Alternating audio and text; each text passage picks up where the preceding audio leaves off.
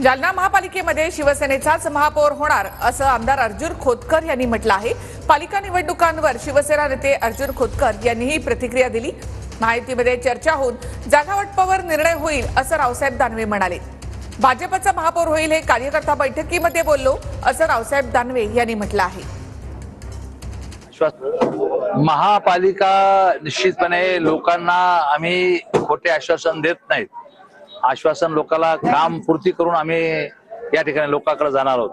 केंद्र सरकार आमचं आहे, राज्य सरकार आमचं आहे। लोकांना आम्ही विनंती करतो की महानगरपालिका आमच्या ताब्यात द्या आणि महानगरपालिका ताब्यात देऊन निश्चितपणे चांगला कारभार आमच्या हातामध्ये या ठिकाणी निश्चितपणे दिला पाहिजे। यावेळेस काही जे झालं तर शिवसेनेचा महापौर होणार आहे। पहिला महापौर कोण राहणार तुमचा? मी जाहीर केलेला विष्णू पासपुले।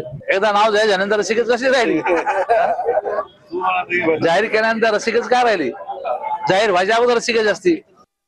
महापौर होणार म्हणजे भारतीय जनता पार्टी आणि आमच्या मित्र पक्षाशी बैठका होतील हे सांगितलंय आणि बैठकीमध्ये चर्चा करू जागा वाटपाची। महापौर भाजपचा होईल हे मी बोललो। कार्यकर्त्याच्या बैठकीमध्ये संघटनेमध्ये असं थोडं म्हणणार आहे मी की महापौर भाजपचा होणार नाही।